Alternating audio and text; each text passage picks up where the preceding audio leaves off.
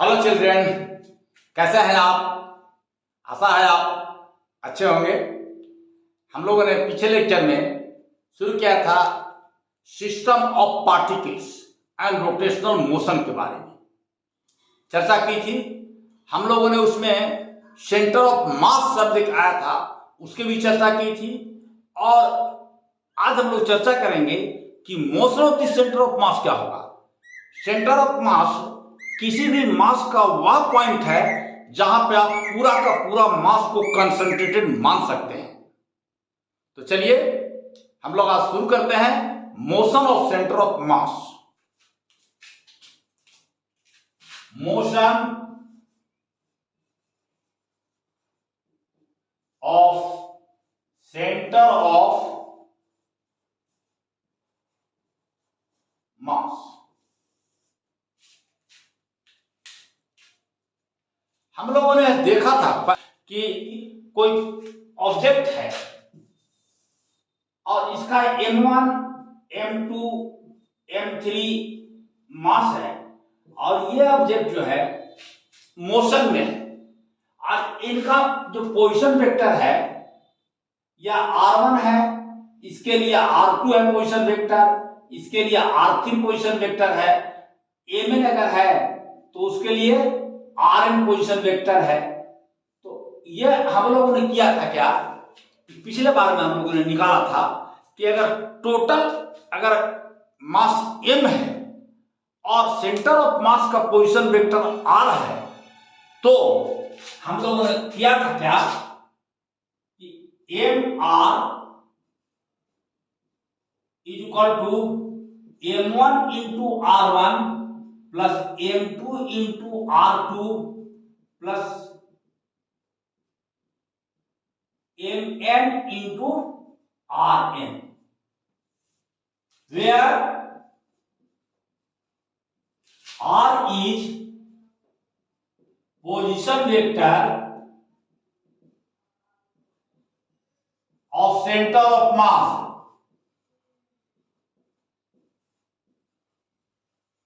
and m क्या है, m1 plus m2 plus mn, the total mass of a system of particles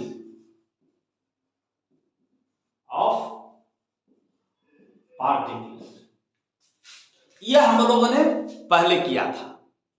अब हम लोग इस सिस्टम ऑफ मास के लिए इस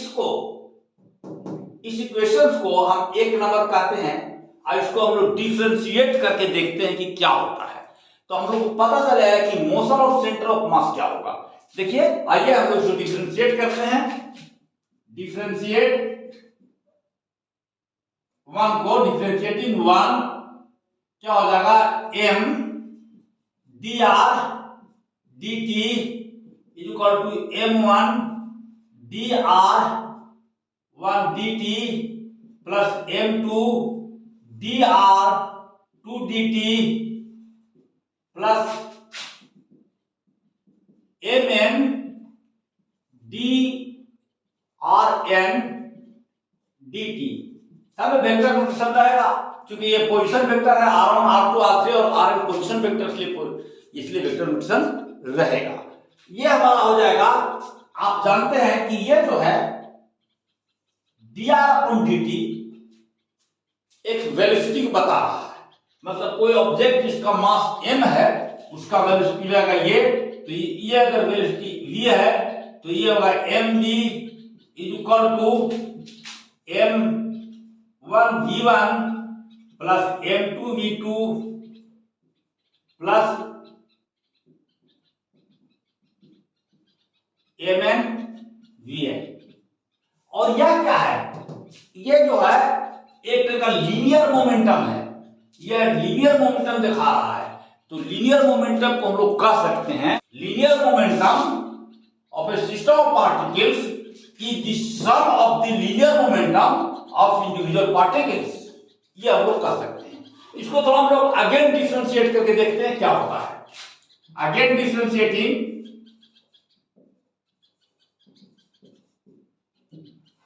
m dv dot dt m1 d dt plus m2 dv 2 dt plus mn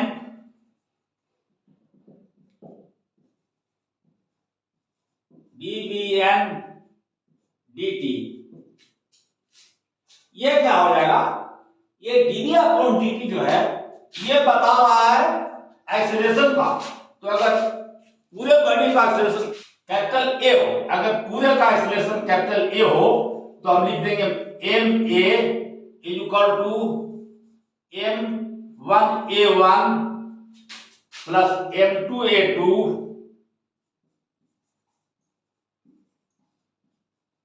plus mn an, where a1 a2 a3 और an are the accelerations of the particles of system of mass। ये individual particles का acceleration हो रहा है। अब total acceleration कितना होगा, अगर सेंटर ऑफ पूरे मास पर विचार करें तो यह ये होगा। तो ये जो है एक्चुअली ये फोर्स को बता रहा है। ये हमारा फोर्स F1 हो गया, ये हमारा फोर्स F2 हो गया, ये हमारा फोर्स Fn हो गया। जो पार्टिकल पर फोर्स लग रहा है यह होगा। तो ये जो एक्सेलरेशन पैदा हो रहा है, अब आप जानते हैं कि इसके इनसाइड ये पार्टिकल रिजिड अगर है तो इनसाइड जो भी फोर्स लग रहा है, internal force is always zero. अंदर में जो भी फोर्स लग रहा है रिजिड बॉडी के लिए वह जीरो है। तो यह जो फोर्स जो हमको एम एक्सेलरेशन पैदा कर रहा है एक्चुअली एक्सटर्नल फोर्स है। और तब हम लोग इसके लिखेंगे M A equal to F external E X T. यह जो फोर्स है वाकई में एक्सटर्नल फोर्स लग रहा है। आइए थोड़ा सा हम लोग एक फायर क्रैकर्स जो है आप कभी देखते होंगे कि यहां से फायर क्रैकर छूटता है तो एकदम ऊपर जाता है और ऊपर जाकर बाद वहां विस्फोट करता है। तो ये विस्फोट होने के बाद जितने क्रैकर्स के जो पार्टिकल्स हैं वे उसी डायरेक्शन में चलते हैं जिस डायरेक्शन में सेंटर ऑफ मास होता है। ये कैसे होगा थोड़ा देखते हैं हम लोग। जैसे देखिए ये आपका फायर क्रैकर्स है, यहां से छूटा और यहां पर आकर के ये फायर क्रैकर्स जा रहा है इधर और यहां आके ही विस्फोट कर गया। ये यहां इसके कई पार्टिकल्स में टूट रहा है, इस तरह टूट रहा है। तो अब इसका जो पाथ होगा, इसका जो पाथ है ये अगर नहीं विस्फोट करता तो इसका पाथ पैराबोलिक में क्या आ रहा था, ऐसे आता। तो ये सेंटर ऑफ मास जो पार्टिकल्स m1 m2 जो छोटे छोटे हैं, जैसे ये m1 पार्टिकल है वैसे ये m2 पार्टिकल होगा, इनका जो डायरेक्शन होगा उनका भी यही डायरेक्शन होगा पैराबोलिक। जो इसका डायरेक्शन होगा हर एक इंस्टेंट पर वही इनका भी होगा। मतलब ये जो डायरेक्शन है सेंटर ऑफ मास का, अगर यहां तक ये एम है कंप्लीट तो यहां पर जो डायरेक्शन इसका वेलोसिटी को होगा वही इन सब का होगा डायरेक्शन होगा। अब ये सारे पैराबोलिक ही आएंगे, एक बार विस्फोट तो करेंगे लेकिन जिस तरफ सेंटर ऑफ मास का जो वेलोसिटी होगा उसी तरफ में ये सारे के सारे गिरेंगे और जाएंगे। तो इसका एक एग्जांपल हुआ। आइए अब हम लोग नेक्स्ट में चर्चा करते हैं linear momentum of system of particles. हम लोग देखा कि सेंटर ऑफ मास किस ढंग से चलता है, तो जितने सारे हैं छोटे छोटे पार्टिकल्स सेंटर ऑफ मास का जो वेलोसिटी का डायरेक्शन होगा उसी डायरेक्शन से चलेंगे। इस चीज को हम लोग ने देखा, ये हम लोग ने फायर क्रैकर का एग्जांपल दिया था।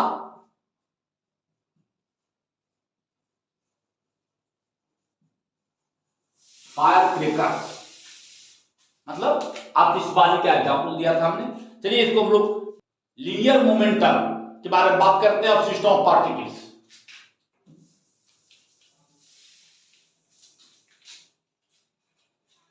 आइए linear momentum of system of particles देखते हैं। Linear momentum of system of particles.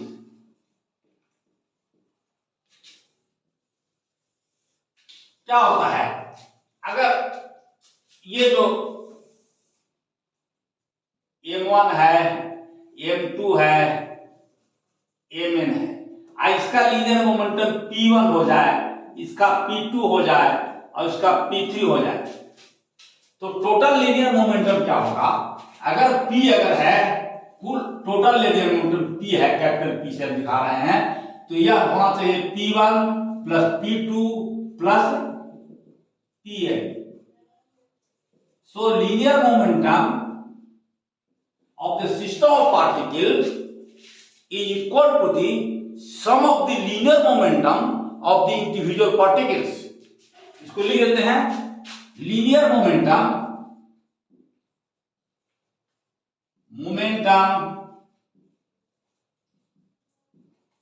of the system of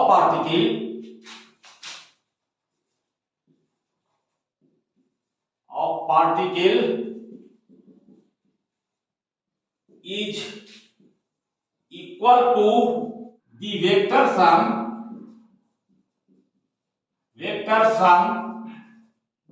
of linear momentum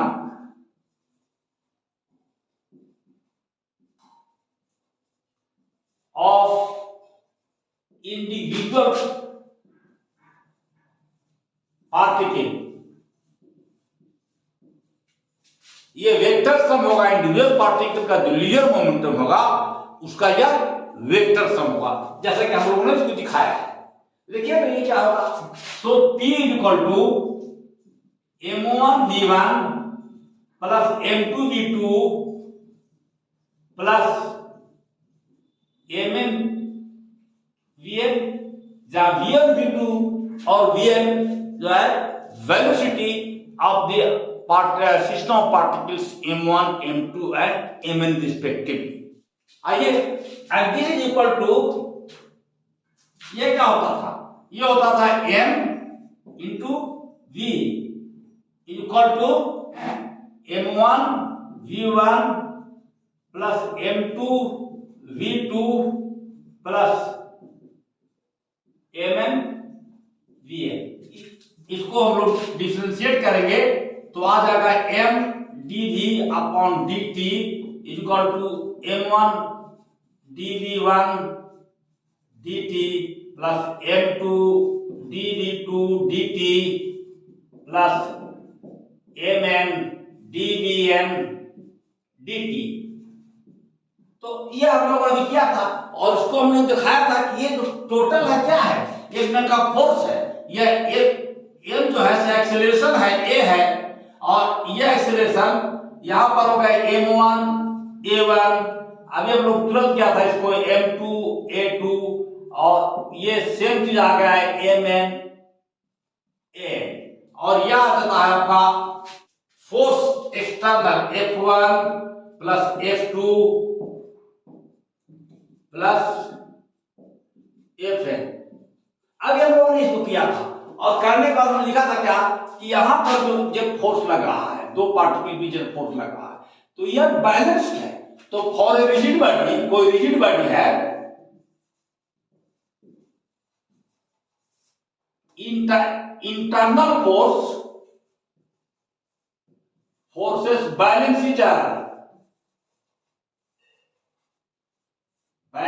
each other, that is F internal is equal to 0। तो यह जो force जो है, अगर F इंटरनल 0 है तो यह जो फोर्स है एक्सटर्नल फोर्स लग रहा है। अभी हम लोगों ने किया था Fext लिखा था इसको, और ऐसे किया था Ma। यह जो है यह क्या बता रहा है, force into acceleration equal to external force. ये सीधा न्यूटन सेकंड लॉ बता रहा है।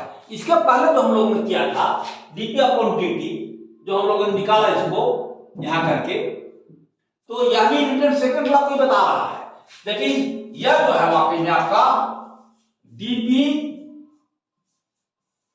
dt is equal to f external. क्यों? ये m is equal to nothing but dp dt। तो आप कह सकते हैं कि ये जो एक्सटर्नल फोर्स है the time rate of change of momentum होता है and this is in accordance with Newton seconds law. तो ये न्यूटन सेकंड्स लॉ के अकॉर्डेंस होता है, सेकंड लॉ यही है। So Newton second law is now extended for the system of particles. वहां हम लोगों ने एक ऑब्जेक्ट के बारे में बात किया था, अब हम लोग न्यूटन सेकंड लॉ को सिस्टम ऑफ पार्टिकल्स पर भी लागू कर सकते हैं और वही रिजल्ट देगा एक पर दे रहा था। हम लोग एक यहां से एक इंपॉर्टेंट कंक्लूजन निकाल सकते हैं, यहां से चाहे यहां से, कि the sum of the momentum of the system of particles is equal to the total mass multiplied by velocity of the centre of mass. यहां से हम लोग निकाल सकते हैं important conclusion that the sum of the momentum of the system of particles is equal to the total mass multiplied by the velocity of the centre of mass. ये इससे हम लोग निकाल सकते हैं, इससे भी यही कंक्लूजन निकलेगा, सेम कंक्लूजन से निकलेगा। इससे हम लोग कंक्लूजन लिख सकते हैं कि the sum of momentum of the system of particles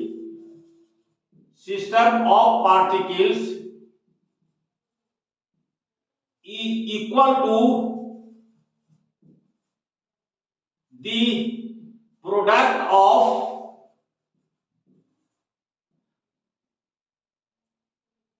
total mass and velocity of center of mass। ये हम लोग इससे कर सकते हैं, इससे या इससे भी वही सेम चीज का है। The sum of moment of the system of particle is equal to the product of the total mass and velocity of the centre of mass. The sum of the momentum of the system of particle is equal to the product of total mass and the velocity of the centre of mass. This is velocity of centre of mass. आइए हम लोग इसको मिटा करके एक चीज और करते हैं, एंगुलर वेलोसिटी करते हैं। पहले हम लोग छोटे टर्मिनोलॉजी को हम लोग सीख रहे हैं। एंगुलर वेलोसिटी हम लोग सर्कुलर मोशन में भी किया था, इसमें भी हम लोग करने जा रहे हैं। इसको पहले मिटाते हैं और उसके बाद करते हैं। अब हम लोग angular velocity and acceleration with the linear velocity क्या होता है इसको देखें और इसको समझने की कोशिश करें। और ये हम लोग पहले से भी जानते हैं, लेकिन यहाँ हम लोग सिस्टम ऑफ पार्टिकल्स की बात कर रहे हैं। आपको याद होगा कि हम लोगों ने पहले तो हम लोग लिख दें इसको heading angular velocity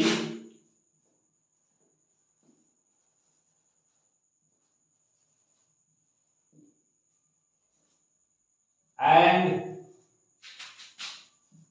it's relation with linear velocity.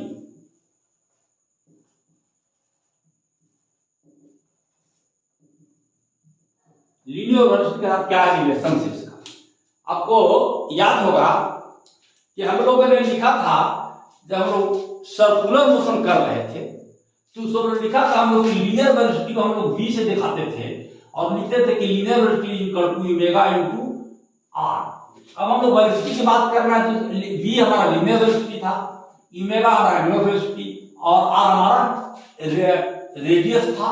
यहाँ पर हम लोग कहेंगे पोजीशन वेक्टर। कैसे था? अगर इसको हम लोग मान लें कि यह आइडियल पार्टिकल के लिए है तो इसको हम लिखेंगे वी आई, ओमेगा का भी छोड़ देंगे, इसको हम लिखेंगे आर। क्यों छोड़ेंगे? ओमेगा एक कांस्टेंट एंगुलर वेलोसिटी है, कांस्टेंट है और वो क्या रहा है देखिए हम लोग एक फिगर बनाते हैं। ये हमारा y है, ये x एक्सिस है, यहाँ ओरिजिन है, और ये हमारा z एक्सिस है। इसी के अलोंग कोई ऑब्जेक्ट ऐसे घूम रहा है, किसके अलोंग? इस z एक्सिस के। यहां पर इसका अगर सेंटर है, c है, और ये घूम रहा है, तो इसका यहां पर इस डायरेक्शन में डायरेक्शन होगा, यहां पर वेलोसिटी इस डायरेक्शन में होगा। मतलब अगर पोजीशन इसका बदल रहा है, डायरेक्शन बदल रहा है, भले इसका वेलोसिटी यूनिफॉर्म हो, लेकिन डायरेक्शन बदल रहा है, तो हम लोग कहते थे कि वेलोसिटी भी बदल रहा है। ये p1 पोजीशन है, ये इसका p2 पोजीशन है, तो ये बदल रहा है। उसके लिए लोग ऐसा लिखते थे, अगर इस पार्टिकल का मास mi हो जाए और इसका ये जो है यहां से यहां जो डिस्टेंस है ri है, तो हम लोग लिख सकते हैं कि vi equal to omega into r। अब वेलोसिटी किधर होगा? ये था along the tangent drawn at point p। जिस पॉइंट हम लोग कंसीडर कर रहे हैं इंस्टेंटेनियस पॉइंट, उस समय लीनियर वेलोसिटी होता था along the tangent। टेंजेंट हम लोग दिखाते थे। इसको हम लोग थोड़ा सा एक और दूसरे थोड़ा देखे, कोशिश करते हैं समझने का। देखिए एक और चित्र इतना ड्रॉ हम कर देते हैं फिगर। आपके बुक में 2 फिगर समझाया है, उसी चीज को हम कर देते हैं। ये हमारा y है, ये हमारा x एक्सिस है, और ये z है, और इसी के अलोंग ये घूम रहा है इस डायरेक्शन में, एंटी क्लॉकवाइज घूम रहा है। यहां पर ये एंटी क्लॉकवाइज घूम रहा है। ये वाकई में सॉलिड है, ये हमारा क्या है? सॉलिड, जो कि सिस्टम ऑफ पार्टिकल्स है। अब देखिए तो हम यहां पर एक पार्टिकल को जो कंसीडर कर रहे थे, वो पार्टिकल समझिए कि यहां पर है, और ये घूम रहा है कैसे? ऐसे घूम रहा है।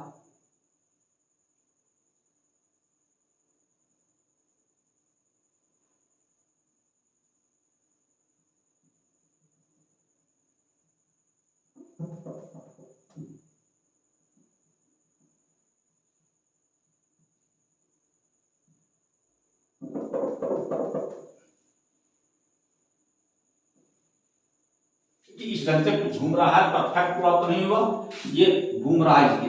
अब इस पॉइंट पर केवल कंसीडर कीजिए, यह पॉइंट हमारा P है, यहां से यहां ये C है, सेंटर इसके घूम रहा है, तो ये डिस्टेंस आपका हो गया Ri, इस पार्टिकल के लिए R।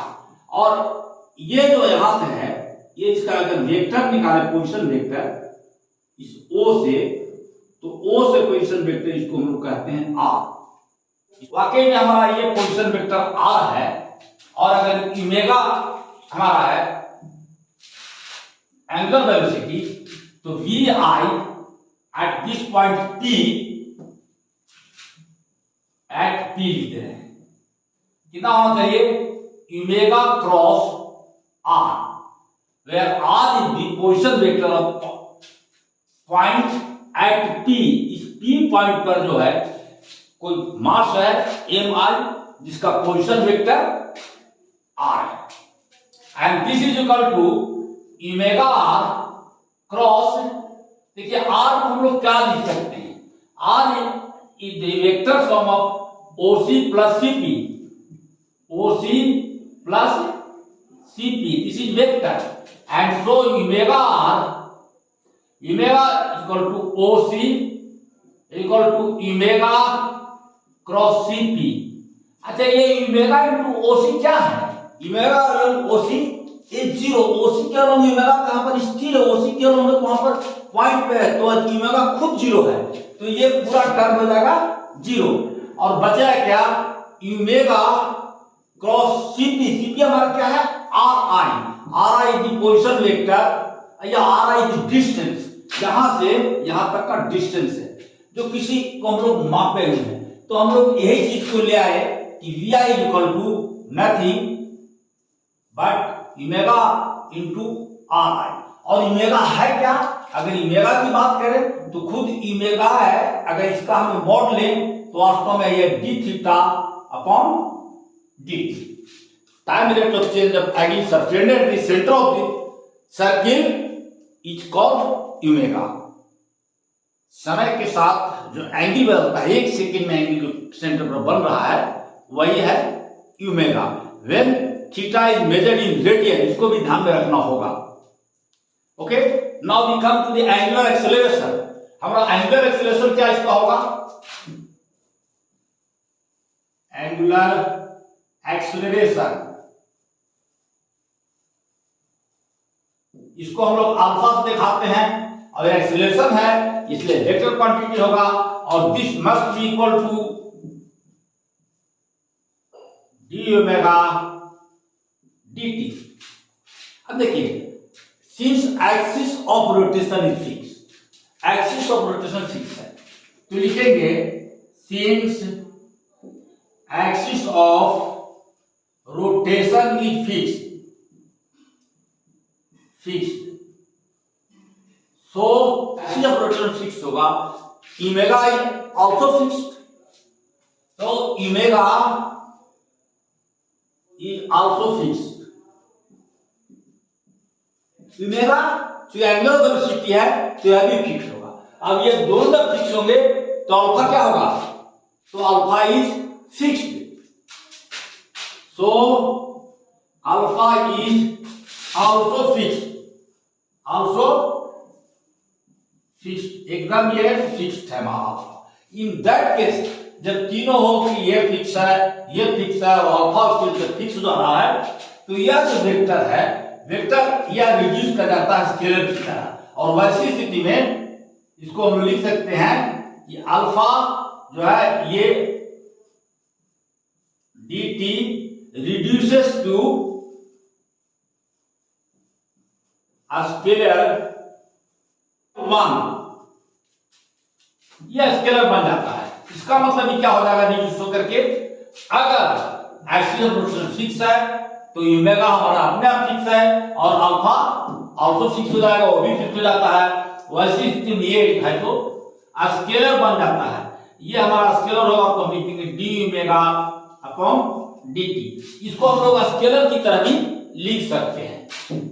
तो ये हम लोग का रिजल्ट मिला। अब नेक्स्ट डे हम लोग जब मिलेंगे तो हम लोग टॉर्क के बारे में पढ़ेंगे, what is torque, moment of the force, और उसके अलावा सिस्टम ऑफ पार्टिकल का टॉर्क निकालने की कोशिश करेंगे। उसके बाद सिस्टम ऑफ पार्टिकल का एंगुलर मोमेंटम भी निकालने की कोशिश करेंगे, angular momentum of the system of the particles, torque of system of particles, इसको हम लोग निकालने की कोशिश करेंगे और समझेंगे क्या है। तो चलिए नेक्स्ट क्लास में हम लोग मिलते हैं।